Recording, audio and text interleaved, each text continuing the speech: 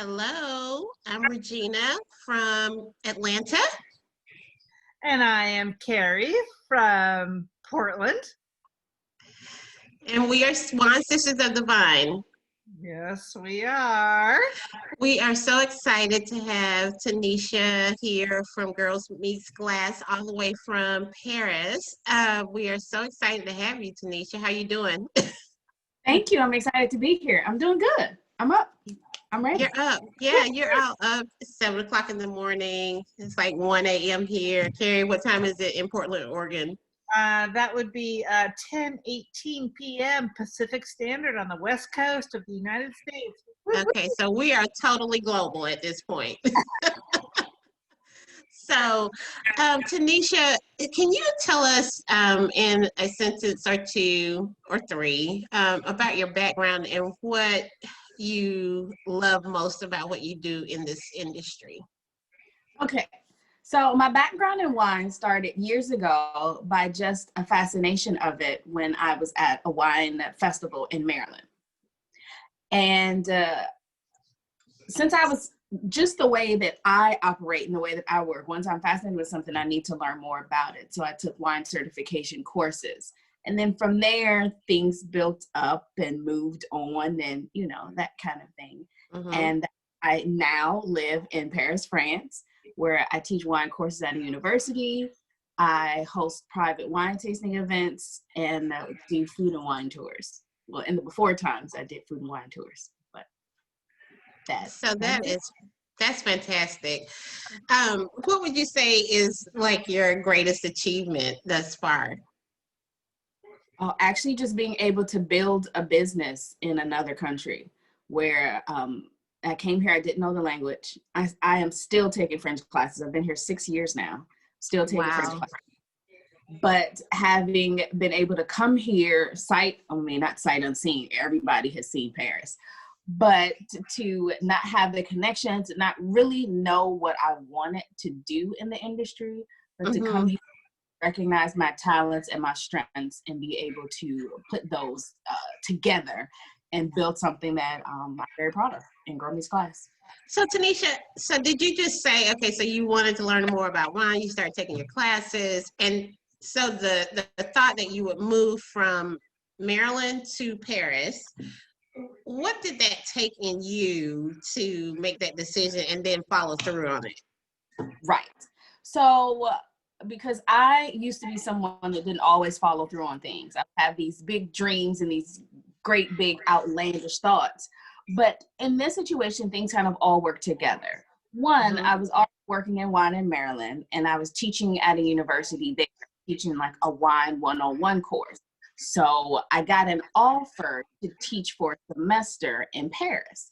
And, I thought, okay, that sounds fantastic. A semester, like what can go wrong? This is like only good things can come of this, because what's the worst that can happen? I hate it. And then I just come back home. Also during that time, the company I was working for lost their contract that I was working on. So they did a buyout. So at that point, I didn't have a job, that stability that everybody is scared to leave. I didn't necessarily that either. And I needed to move out of my apartment. So I was like, all right, well, yeah, everything kind of worked together.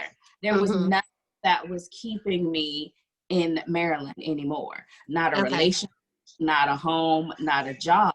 So if I have to move somewhere anyway, why not be Paris? Why not? That is a fantastic story. That is, total inspiration. That is awesome. So Carrie. Sorry. That also go ahead. That the universe really works together for you when there are things you're supposed to do. It could have been very easy for me to be like, oh no, it's too scary, I won't go. But literally everything else moved around so that I did not have any reason to say no. And anybody's trying to make a decision, like, oh, I don't know if I should do this. If it's something you're supposed to do, like the universe, the world, the earth, whatever you believe in, that will move everything so that you can be in the right place, the right time, and know what you're supposed to do. I am a true believer in that. Totally. The universe will reach up and meet you where you are. I'm 100% behind that as well. Beautiful. So beautiful. And from the west coast of the United States, I think Regina, that Tanisha is a wine sister of the vine, in our Totally.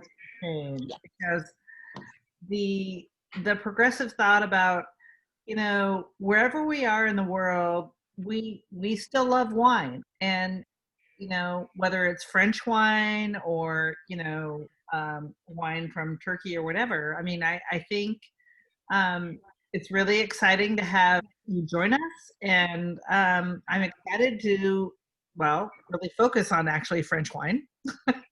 So, with that in mind, I went to my neighbors who are a couple miles away, Domaine Druhan, Oregon, and I'm going to hold the label up right here. Okay.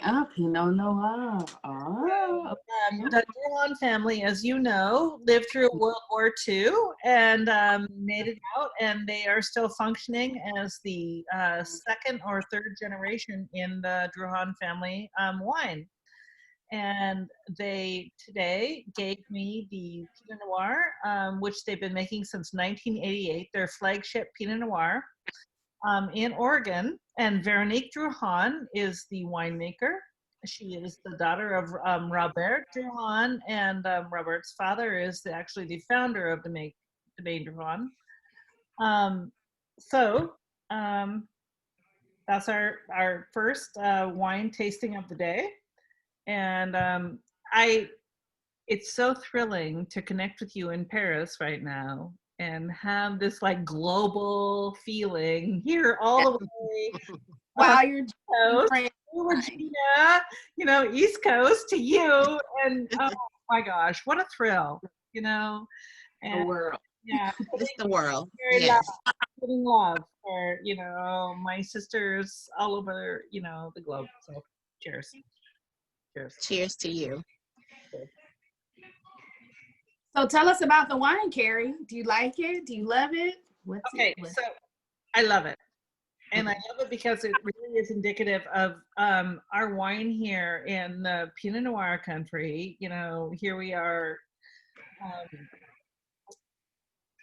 exhibiting our love for Pinot Noir, that we went out here in 1965 and planted these Pinot Noir vines in Oregon, which is, as you know, on the same level as Burgundy.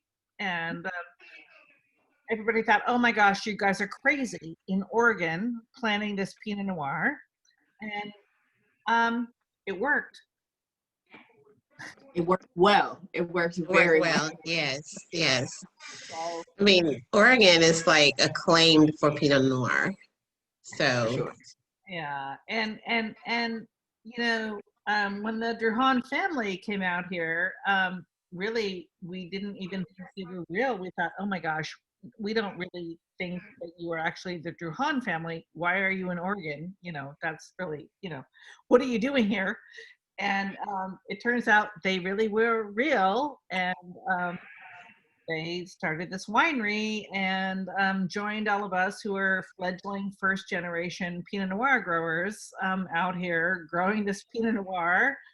And I think Pinot Noir around the world now has a place in Oregon and also in France. So it's lovely to connect with you right now about that. cheers to that. Cheers. There are a lot of winemakers from France that are actually, whether they're established or smaller winemakers, that are making the move to the States, whether it's to start their own winery and plant vines there, or even just to consult with American winemakers. I think that's something that's pretty interesting, because I feel like they're going to America because they can get sort of a notoriety in America because they're French, that they may not be able to get here. In America, they are bigger fish in a smaller pond, whereas in France, it's like 200 more of us. So, somewhere else.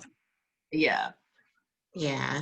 So, so Tanisha, I have to say that, part of the reason we came together, Carrie and I, to do One Sisters of Divine was out of this whole pandemic, social unrest. So what has been your biggest challenge doing business during this pandemic? The biggest challenge here has been, oh gosh, the changing of the rules so much, Okay. and the lack of visitors. I worked largely with tourists, Mm-hmm. and I mean, American tourists and people outside of Europe can't come here. So that's been a huge problem. They can't come, or if they come, they have to be quarantined for a period of time. Mm-hmm. So that's a problem. We just got new rules here yesterday. The president, we will, starting Saturday, will be on curfew. So in a few days, we'll have curfew from 9 p.m. to 6 a.m. We are not to be outside.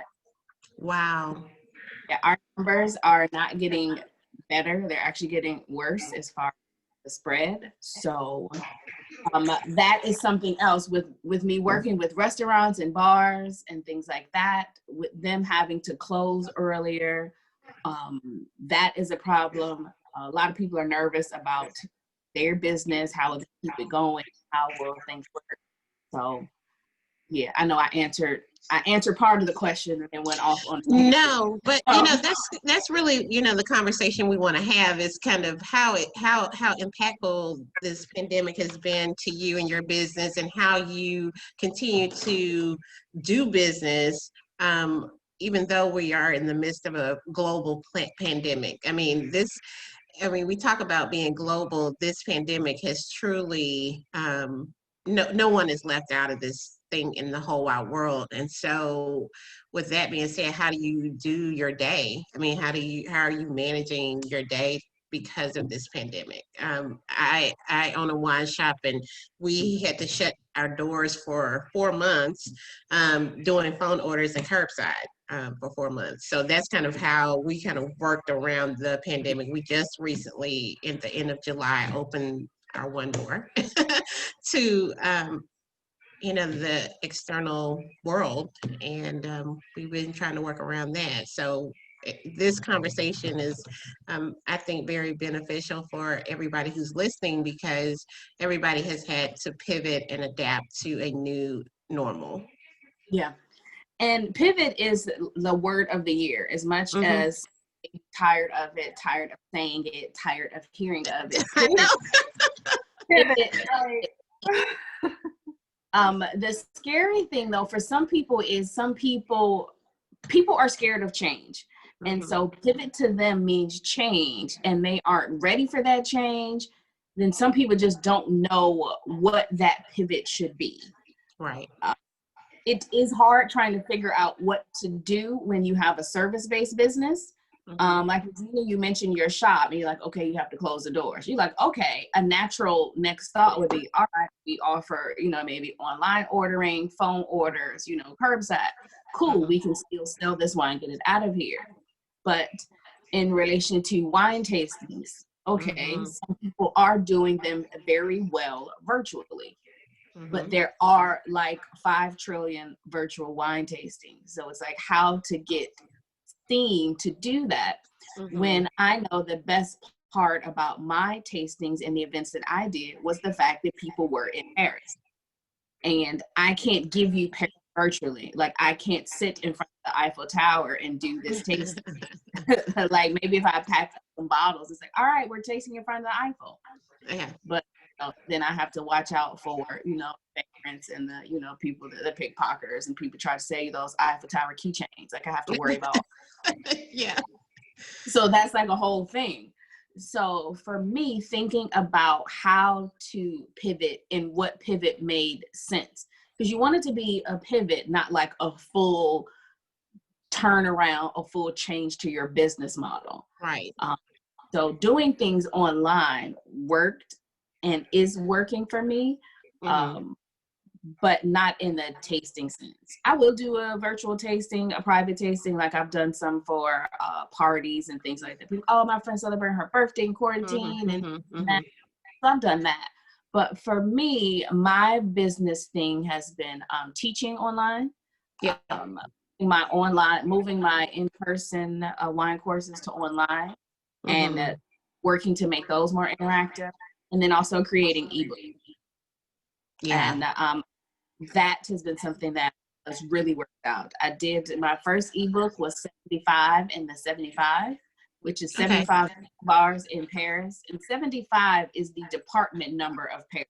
So all the zip codes of Paris start with 75. Okay. And then Cool. and then area they live in. So 75 in the 75. And then the bars closed. So now it's like, all right, I have your guide, Tanisha, but I can't go to these places because they're so I'm working on another one now about wines from the grocery stores, because so many people ask about good wine to pick up. They're doing their shopping at the grocery store. That's right. So I want to help with that. I'll get a little flack because people here really believe in purchasing from the independent producers and going to the cavistes, but that isn't always for everyone. So I like to meet people where they are instead of tell them what they, where they should be. Yeah, I totally agree. So how do we get your ebook? How do people get to this book? Yes, it's on my website, Okay. girlmeetsglass.com. And then I have I have 75 in the 75. You can just click on that and buy it. Awesome. So cool. Oh my gosh. I love it. And it's so fun doing the research for these 75 wine bars. I bet. So was this after the pandemic hit, you did the ebook, or had you had some experience with these 75 bars? I had experience with the 75 bars before. I had gone to several of them beforehand and made notes and had the idea in my head. But once we went into confinement, because our confinement, we were in a true lockdown. Like, we could not leave our unless we had a written document signed to be outside. So when I wanted to go to the grocery store, I needed to go to the wine shop, or even just to take a walk, I had to show them this piece of paper or this app to just be outside. So we were locked down. So I think let's talk about that though too, because we don't have that in Oregon. We can. So seriously, you had a doc. Tell me more. Yeah, so this started March 18th, and we got out like May 11th. I'm getting the dates correct. And we went into full lockdown. Don't leave your home unless you have, and there were, reasons, like some people still had to go to work. People had doctor's appointments. People had legal things they had to do. And then, of course, to go to the store to get food. Daily, they recommended against daily exercise. They're like, okay, you get to go outside, but you couldn't be, if you were going to the store or walking, you couldn't be farther than 1 kilometer from your home. Wow. And so we had to have, in the beginning, it was a piece of paper that we had to show, and then later into it, they developed an app so we can do it online, and so we can just show it on our phone. Wow. So, those were the rules. So I had a lot of time at home to finish this guide. And I said, Tanisha, you will write and finish this. Beside just the list, you would take this list and you will make something of it. And I did. The only problem was, once we came out of confinement, because it had been for such a period of time, the bars weren't open just yet. And so I was like, okay, let me wait to release it to see when the bars open. And I'm glad I waited, because unfortunately, some of the bars in the list did not open back up. And so that has been an issue, for lack of a better word, with the pandemic. Places that closed in March have never opened again. And I think that's something that's super unfortunate. But I did want to do some promotion and help out the places that are open by highlighting them, saying, this is this guide. It's broken down by areas in Paris. Get this guide, know where you're going, support these places. Be safe, wear your mask, but still go out and drink with your friends. Yeah. That's incredible, and it's very indicative of what is happening here in America. We have restaurants and bars that have closed due to pandemic that um, will likely not reopen or have totally closed their doors. And so, again, this is a global impact that all of us are experiencing around the world. So. Um, so pre-pandemic, tell us about like a typical day in the girl meets glass world. Okay, typical day, wake up at 7 a.m. So this is nothing new for you. No, not really. My first alarm actually goes off at 5:30. Sometimes I'm able to actually like get up, and by get up, that just means open my eyes and sit up. I like to take the morning to have time to myself, to gather my own thoughts and to decide the direction for my day without phone notifications. Notifications don't come on my phone until 7 a.m. So whatever emails, social media that I missed over the evening or, during the night, I don't get that. But I want to have my own thoughts in the morning. And so whether it's meditation or reading or journaling or praying or whatever, I do that in the morning. And I like to have my mornings to do that.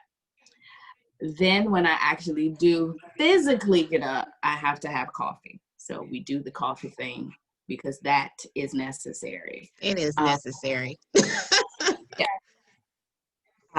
I look at my plan for the day, and depending on what kind of client meetings I have or whatever, usually I am preparing for a lesson to teach. Like right now, when I get up, I have to, like today, I need to work on my lessons for next week and get the lectures together. Lectures are 3 hours a piece. I need to prepare at least 2 hours of talking points and presentations and things like that. I may have meetings with people, and I do those during the day. I am usually at a wine shop at some point, meeting friends in the evening to go to a wine bar. That's how I was at 75. Also, a lot of time is spent on admin, a lot of answering of emails and setting things up and planning.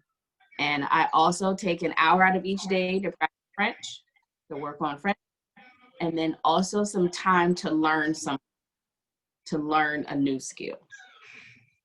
Yeah. That is typically a day. Of course, we throw food in there. We eat a little wine. Little wine throughout the day. Yeah.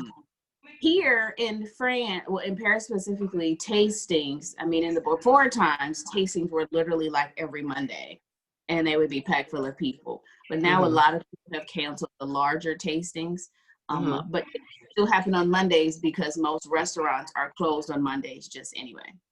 Right. And so it's easier for them to come. So attend a tasting, take notes, talk to some producers. Sometimes those producers are people that I may want to work with as far as social media, doing some influencing kind of thing, or even just to have to taste in some of my classes, or maybe for me to go and visit them, depending on where they are in the take guest. Because I do Champagne, day trips to Champagne. That is something that I plan it and go with people as their guide, or I plan their trip and then just send them on their way. Yeah, that was my goal. I think I reached out to you, and I didn't get to come there, but as soon as the restrictions are up, I am definitely coming there to meet you in person and to do a tour. Okay, you just have to bring me a bottle of American wine. That is the only rule. Without a doubt. I bring you more than one. Okay. I just always request that from people because while, I mean, a French wine is amazing. I love it. That is all I typically drink here. There isn't as much of an opportunity to buy and drink things from other places. I mean, it's a little bit of Italian, a little Spanish. Now that I've been here a while, I'm starting to know where I can get these other things from and where I can shop for them. but there really is still a huge lack of American wine, which I mean, understandably so. But Mhm. time to time, I, would like a little piece of home, a little Sure. piece of America that's not McDonald's, because that's my usual. If I need American, it's a Big Mac. Yeah, so I will definitely bring you some wines from the USA and definitely from Carrie's neck of the woods for Right. sure. 2 hours away is Druhan and Burgundy too, so we can connect you with that too, for sure. Because Burgundy is beautiful. Well, wine country here in France is, I mean, oh, it's stunning. And the wines that they produce so effortlessly, and I'm saying effortlessly, it because of years and years of know-how and history. That is why Yeah, it's effort. yeah. But I also think my the price is what blows my mind. I can't, but I'm spoiled. Now when I go to the States and I look at the price of wine, I'm like, wait, how much is this? What? I, yeah, I, yeah, I, I can't. I do yeah. a wine walk with some friends. We do this every year in the Loire Valley. They do a hike in the vineyard, Hmm. and it's so it's like $8 to do it, and it's like 7 kilometers. And you Hmm. walk through vineyards, and then you stop at different. You have 3 stops through the vineyard, and you taste wine, and it's super fun. You learn a lot. And this year I was like, Tanisha, you have wine still from, confinement, and you still have things. You don't need to buy anything. But I tasted this wine. I was like, oh, this is so delicious. Let me just Hmm. see. Then they brought out the price sheet. The most expensive wine on the price list was €6. So Yeah. €6 probably like $7, $7.10. You Hmm. mean to tell me I was gonna walk away from a $7 wine? Like, you thrown away $7. So clearly I bought bottles. Yeah. So I'm not buying anything. Yeah, I love Loire Valley. I think Loire is one of my favorite places in France as far as wines are concerned. It's so diverse and it runs east to west, and I love all the wines that come out of that space, Sancerre and Muscadet, and so I that sounds fun. So I definitely want to do that while I'm there. Yeah, the thing about the Loire too, going off of what you said, the diversity there is amazing to me. Hmm. That in that region, they literally have everything, and it all plays well together. I mean, you Yes. have white, red, and rosé. You have still, you have sparkling, you have Hmm. dry, sweet, dessert. You have everything you could possibly imagine, and it reminds me. It has me thinking of how we're all from different places in different walks of life, but then Hmm. we come together in this way and we work together. Um, Yes. and I think the Loire Valley is like how the world should be. We can all live together, Yes. work, and this is our diversity. Like, not to be corny, Exactly. I all into that, but they have everything, and Yeah, and it's fine. yeah, I totally agree with you. I've always thought that about Loire. And when you think about the valley, it's runs east to west, and so you can literally go from one end to the next and go from so many different varietals and styles and soils, and I think it's very indicative of how the world should be, and drink Yeah, some good wine in the process. and Exactly. and it's not expensive. I want to hear Like, about your story though, that how you came to live in Paris, and the story of Tanisha okay, well, evolving that the wine would be world. long, Come on, but from Maryland to Paris. yes, that came about when a colleague. So rewind. As I was moving along in the wine industry, speaking at wine tastings, speaking at wine festivals, I found out about this wine and tourism conference. So I was like, oh, I should apply to speak. I should send a pitch. It'll be amazing. I think it was like in Italy or something like that. Then I talked myself out of it. I was like, there's no way I get selected. I know other people are trying to apply for this. So I talked myself out and I didn't do it. And then I thought about it for like the rest of the year.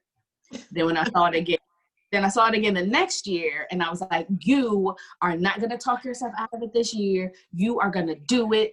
Tanisha, you can do this. Yes or no, you just have to do it. So I was like, all right, I gave myself that pep talk, and then I applied. I got accepted and went to the program. This time it was in Croatia, which I knew nothing really about Croatia. I just knew where it was.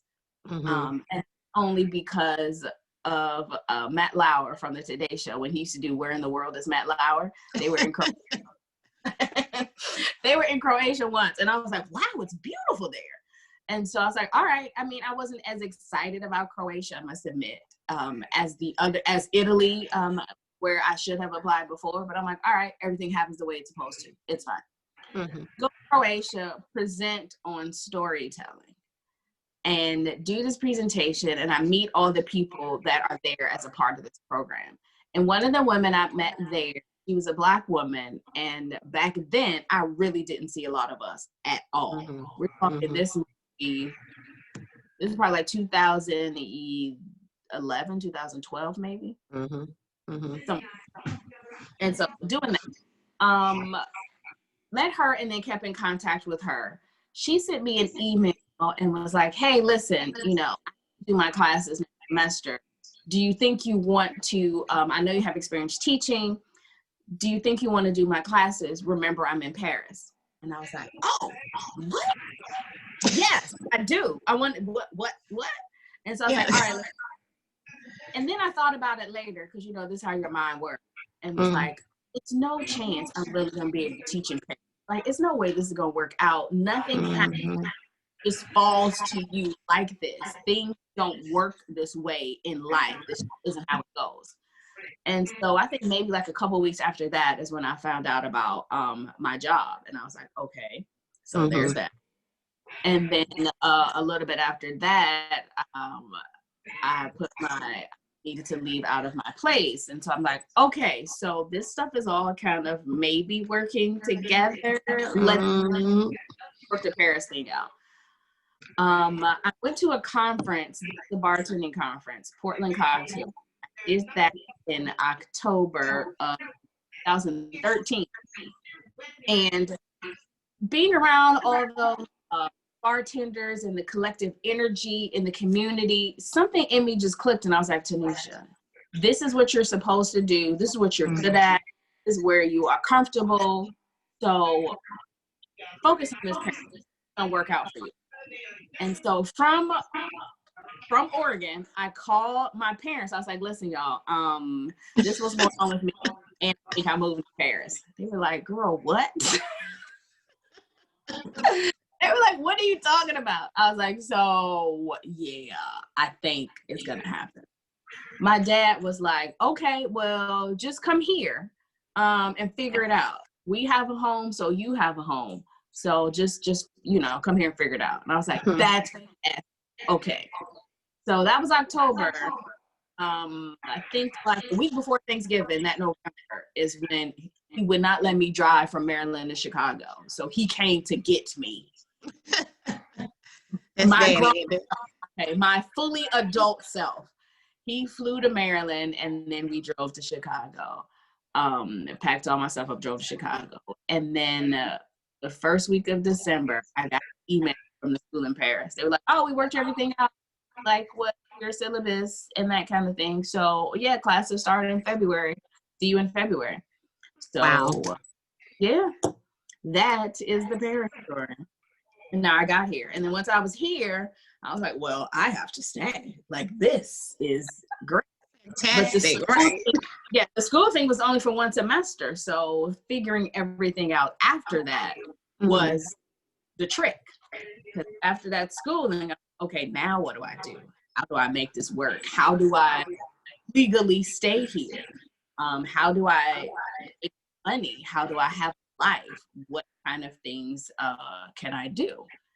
And that has been the constant, I won't say struggle, but it's been a constant thought. We work towards, every day, just figuring it all out. how many times do we say that in a day? Like we're figuring it out every single day, right? So Yeah. I think that is fantastic. That is a phenomenal story, Tanisha. Yeah, I, we are. I'm like, I'm verklempt. I, and you mentioned Portland, Oregon. I did, yes. We were staying at the Jupiter Hotel, I think it's called. Oh my gosh! Right? Yeah, Yeah. I had fun. That was the first time I'd been to Portland. I was like, oh, it's cool out here. Yeah, and we of course walked over and had the donuts. Did that. Good girl. Fruited donut. Yeah, it was a fun time. The person who started the Jupiter, he and I were friends in college at University of Oregon. Go Ducks! Wow. Okay. Yeah. He's an architecture major, and he started the Jupiter. So, Place, such a cool place. Yeah. well, I think it's so funny though how we are all connected through the wine world around the globe. You know, I mean, I know Regina and I thought this right from the start when we met each other at this conference, and I just I feel so honored, and it's like almost spiritual, I think, for us as women Mm-hmm. connected around the globe in the wine industry, and to have um, an experience that elevates our careers to another level. And you know, we've walked some journeys to get here. So Mhm. it's an honor to talk to you. You know, 9 hours different. Yes. So Yeah. Now, which conference? You mentioned the Wine Bloggers Conference. Which what location was it? Where you met? Which Wine Bloggers Conference? Do you remember? It was in Lodi, California. Uh, I'm trying to think. I have been to one in California. I went to Santa Barbara, Okay. the one where Okanagan in California, Okay. I didn't go to that one. and then I've been to one other one, I think. Okay. Yeah, I love because I love writing about wines. Long before, I actually left my corporate career to delve full on into the world of wine. And so, the Loire Valley is one that I wrote about many times because I just love it so. Um, but yeah, I just think everything that you're doing is fascinating. I cannot wait until the restrictions are lifted. That is on my list. You are on my list to come and visit and Yeah. meet you in person. Yeah, I look forward to that. And while a lot of people talk so much about how there are restrictions and they can't move around as much as they want, they can't get to Europe, and they are sad because they can't travel. I mean, I can still move around within France and move around within Europe, but what makes me like sad and what I miss is I miss having visitors. Having this, like, since March, no one has been able to come visit. I am used to there being multiple people each month that come over. We get to hang out, laugh and joke, speak English, talk about America, and reminisce about things and just have a good time. And I miss seeing my friends, meeting new friends, connecting with people that I knew through social media who happen to come over, because not everyone, but so many people come to or want to come to Paris, like it's on their list. Yeah. There's always somebody here. And I'm sad because I don't get to see people because they're not. So yeah. Absolutely. I want you to travel. I come here.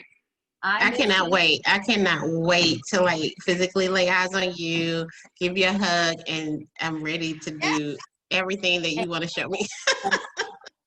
We go drink wine. I know some good places. Yeah, I'm sure you do. I am sure you do.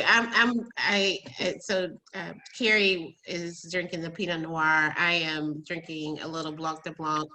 It's called Imaginarium, and it's my new favorite little bubbly. it's fantastic. So it's, you know, obviously leads with Chardonnay, has some Uni Blanc and a little French Colombard, and I just absolutely love it. I'm going to show the bottle. It's got such a cool bottle, and the website. Um, this I'm trying to. I love that label. I'm Yeah. not good. I'm not good at the whole, you know, showing things in front of the camera. But if you go to Imaginarium.com, I think it totally gives us kind of what we're talking about right now, dreams and following through, and the imagination. I love their website. It's Imaginarium.com. And I think I love it even more for that reason, because it gives us permission to kind of, you know, live your dream. And Tanisha, you have totally done that. That takes huge courage to be able to, you know, pick up and move from Maryland to a place that was very, very new to you. And I think people will totally identify with that, but more importantly, you actually did it.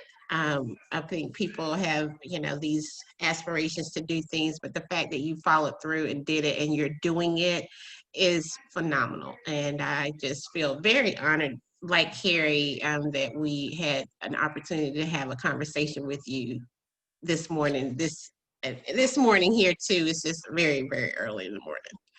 No problem. No problem.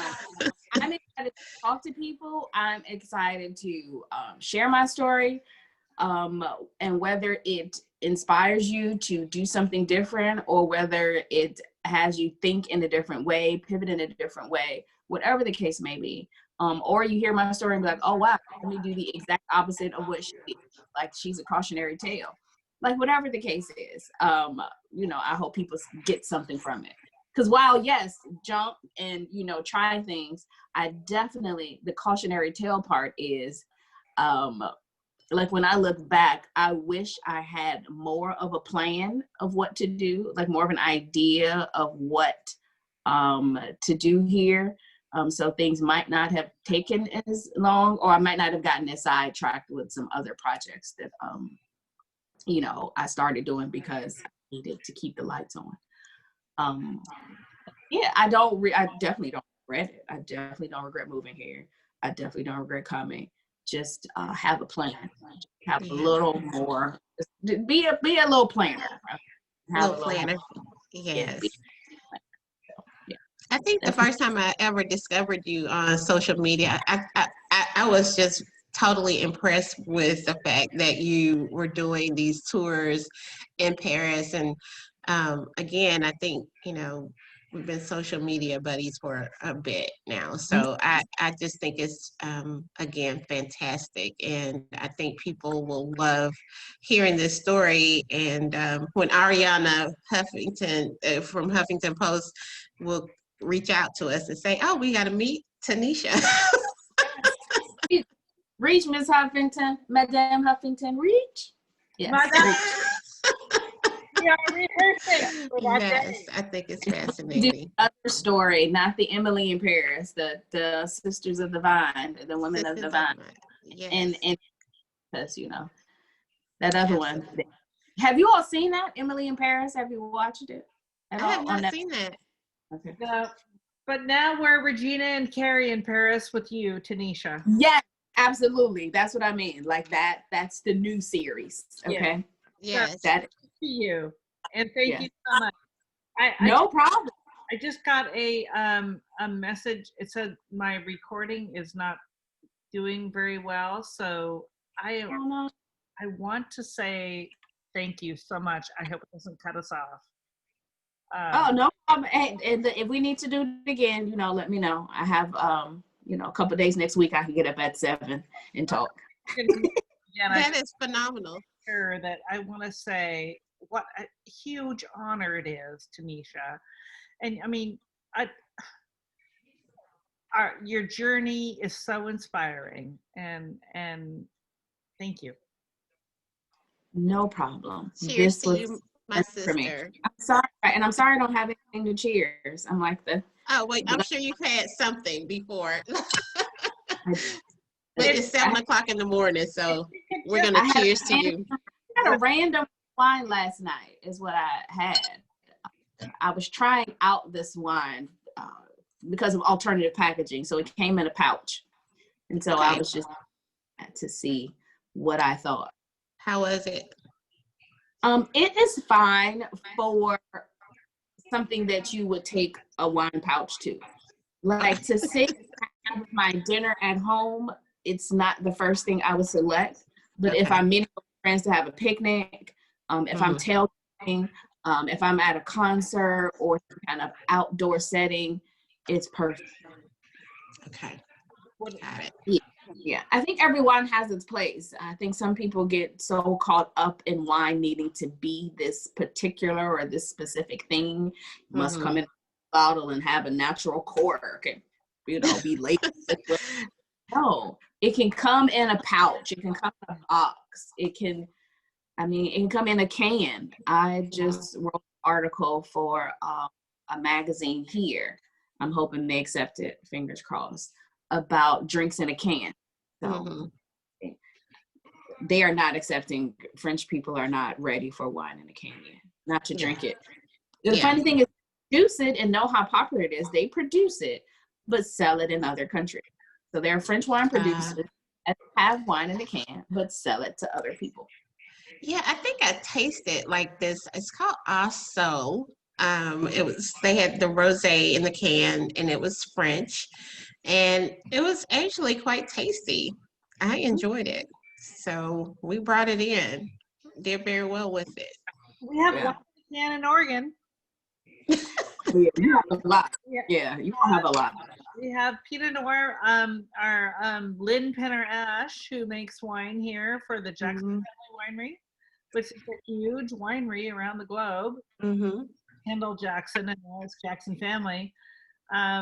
So Lynn started out at Rex Hill and then started her own winery called Lynn Penner Ash.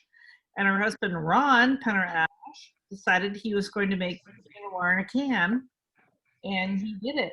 And now there's Pinot Noir in a can from Oregon. So who knew? Fantastic. Who knew?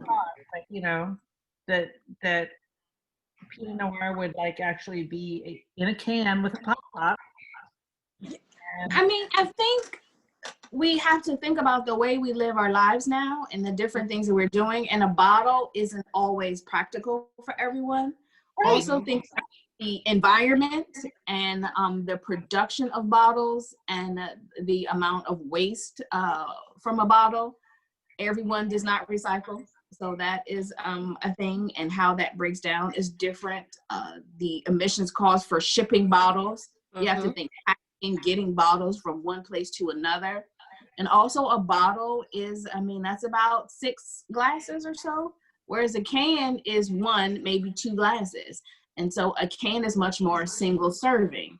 And something that a lot of people mentioned during confinement and quarantine times, they would open a bottle and they're like, okay, I have this bottle.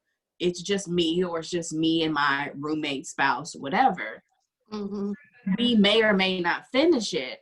And then it's bad before we can get back to it. Whereas if we had another form of packaging, a bag, a box, a can, it either lasts longer or it isn't as much, and it's just enough for us. So that's something else for me. For a can is just enough for me. I don't have to open a whole bottle. That's right. Yeah. And everyone isn't buying Orvin. I mean, I'm sorry. It's an amazing. Exactly. So yeah, awesome. Well, I have totally enjoyed this conversation. I have would not think of somebody I would want to be up talking to at, I don't know what time it is now. It's like 2:00 here at a.m. But this is fantastic. I mean, I feel very rejuvenated. I took my little nap. I'm about to send some emails and, get on with the day. Well, coffee first, and then coffee first. Yes. First things first. Yeah. First things first. Yes. I think Regina, that Tanisha is a wine sister of the vine. She is absolutely wine sister of the vine, for sure. So, cheers to you, my sister. From Oregon, and cheers from Atlanta Cheers from Atlanta. to And Paris. I'm like, anything around me to cheers you with, but cheers. Okay. All right. Thank I'm you. frank. Yes. Thank you so much. No problem.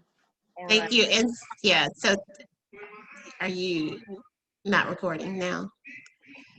I'm still recording and we're Oh, gonna okay. Oh, These are our little outtakes, Tanisha. So this happens. It can happen. But yeah, we'll get the once it's posted, we'll definitely get it to you. let's No say problem. goodbye. I'm like, I know this from Sorrel Suite. We be all over the place.